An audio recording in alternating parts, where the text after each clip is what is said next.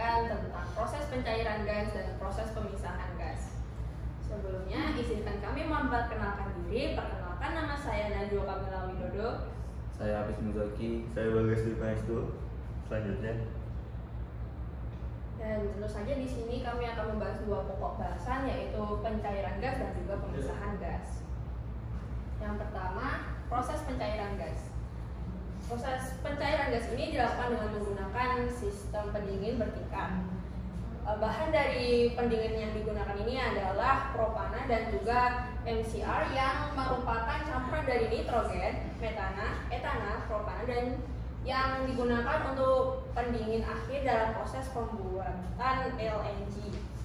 Propan dan MRC ini sebagai pendingin diperoleh dari hasil sampingan pengolahan LNG di fan fractionation. Baik, selanjutnya adalah tujuan dari proses ini adalah untuk mempermudah proses selanjutnya, yakni proses handling, terutama saat gas alam tersebut akan disimpan maupun didistribusikan agar tidak memakan tempat. Jadi jika volume gasnya dibentuk sebuah cairan, maka tidak membutuhkan volume yang lebih banyak. Maka sekali distribusi dapat mendistribusi lebih banyak gas dalam bentuk liquid. Selanjutnya yaitu proses dasar pencairan gas alam. Pencairan gas alam terdiri dari berbagai macam proses, mulai dari pemurnian, pembersihan hingga proses pencairan. Seperti yang dijelaskan teman saya tadi, tujuan utamanya itu untuk membuat fasa gas menjadi cair, yang mana skala perbandingan volume yang dibutuhkan dari fasa gas ke cair itu yaitu 1:600. Jadi apabila ingin mendistribusikan gas 600 gas itu berbanding dengan 1 tangki cair gas tersebut.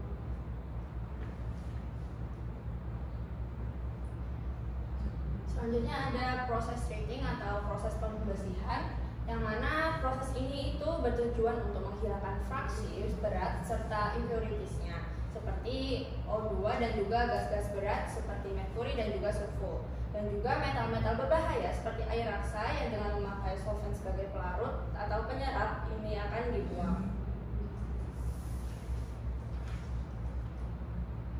Baik, selanjutnya adalah proses penghilangan air atau dehydration.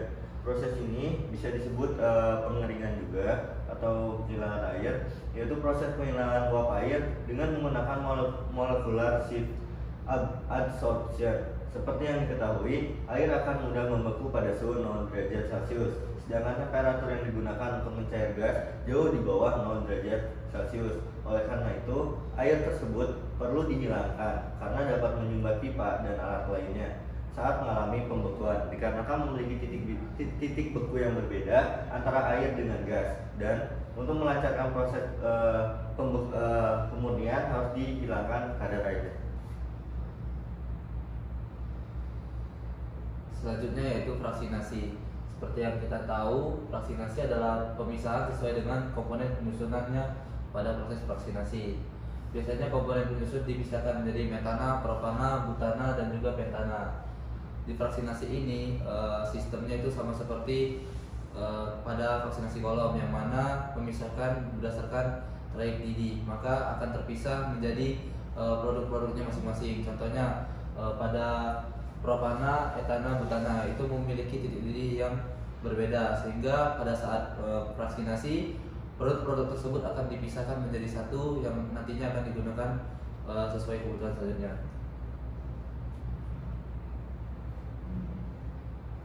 Dilanjut dengan proses pencairan. Pada tahap ini gas akan didinginkan hingga mencapai suhu di mana gas tersebut akan mengalami pengembunan serta menaikkan tekanan gas untuk mempermudah proses pencairan.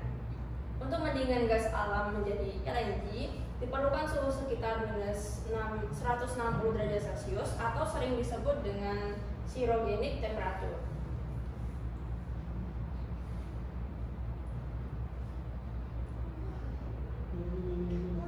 Selanjutnya,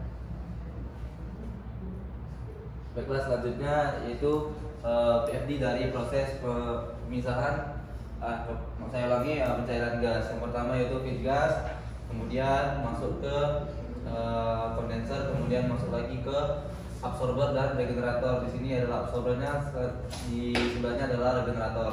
Di sini berfungsi untuk penghilangan CO2, yang mana kita tahu itu prinsipnya seperti absorber dan juga stripper, yaitu memisahkan CO2 dengan produk dari feed gas ini. Kemudian dilanjutkan ke proses dehydration, yaitu penghilangan air atau H2O, dan juga penghilangan Hg atau merkuri yang terdapat pada dua kolom ini. Di sini adalah penghilangan H2O, kemudian dilanjutkan dengan penghilangan Hg atau merkuri di Hg removal. Kemudian di bawah ini adalah refrigerator atau pendingin bagi tahap ini. Bisa menggunakan pendingin dari produk propan, dan juga ada juga produk MCR, yang mana propan dan MCR ini digunakan sebagai pendingin pada saat proses pencairan ini juga.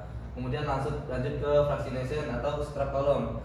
Nah, di sini adalah proses di mana dipisahkannya antara produk metan, etan, propan, butan, dan lain-lain, sehingga terpisahlah menjadi beberapa produk yang nantinya bisa lanjut ke proses deethanizer, depropanizer, debutanizer, yang mana di sini adalah pemisahan etan, pemisahan propan, dan pemisahan debutanizer atau pemisahan butana. Kemudian lanjutlah ke distribusi. Dan di sini adalah sebelum memasuki ini akan memasuki dulu proses liquefaction atau pencairan. Di sini merupakan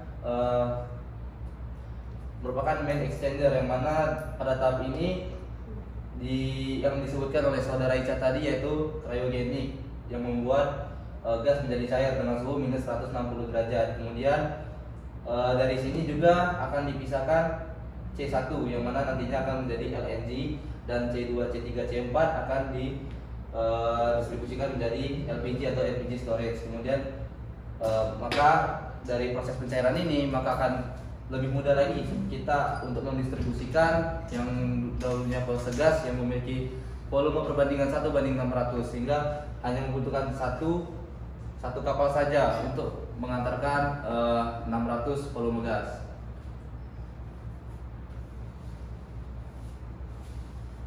Baik, selanjutnya ada pemisahan campuran gas CO2 dan CH4 dengan menggunakan membran kontraktor. Nah, jadi proses pemisahan gas dengan membran merupakan teknologi alternatif, bukan teknologi utama yang digunakan dalam proses pemisahan gas CO2 dari gas alam. Keunggulan utama proses ini dibandingkan dengan proses lainnya adalah energi yang digunakan relatif rendah dan tidak menimbulkan limbah tambahan.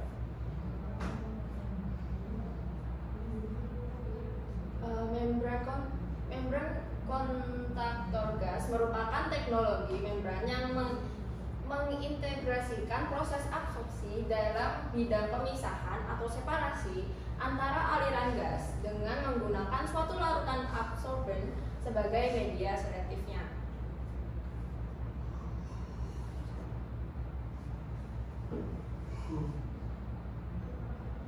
Selanjutnya itu ada diagram proses pemisahan CO2 pada membran kontaktor.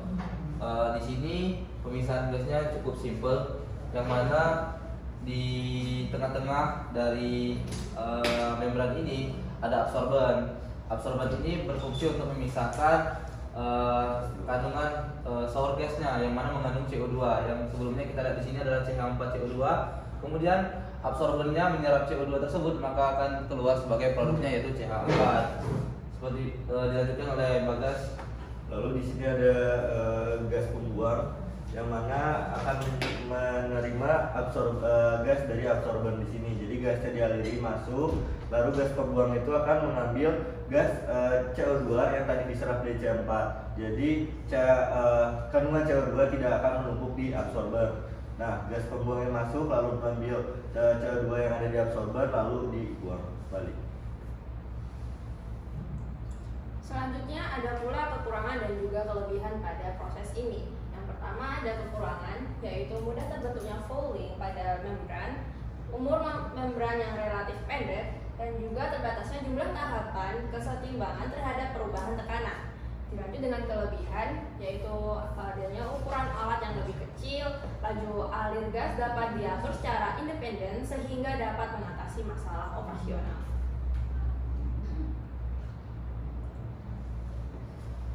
Baik, itu saja presentasi kita yang kami tampilkan. Cukup sekian, apabila ada salah kata mohon maaf. Wassalamualaikum warahmatullahi wabarakatuh.